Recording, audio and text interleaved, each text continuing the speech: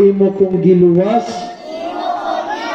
pinaagis sa imong kamatayon sa cross.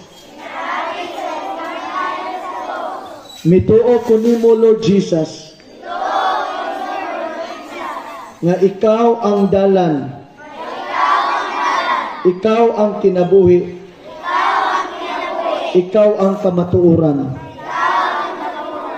Dili ko kaadto sa langit sa amahan, gawas lamang nimo, Lord Jesus. Karong orasa akong giangkon, Lord Jesus, nga ako nakasala batok kanimo. Pasaylua ko, Lord Jesus, sa tanan na akong nabuhat, tanan nga pagkadautan,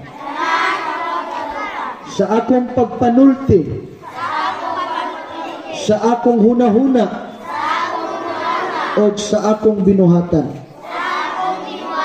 Hugasi ko, Lord Jesus, pinaagis sa imong dugo. Salamat, Lord Jesus, nga karong orasa isulat nimo akong ngalan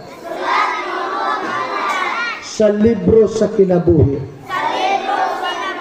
Hinumdumi ko, Lord Jesus, sa adlaw nga ikaw mo balik.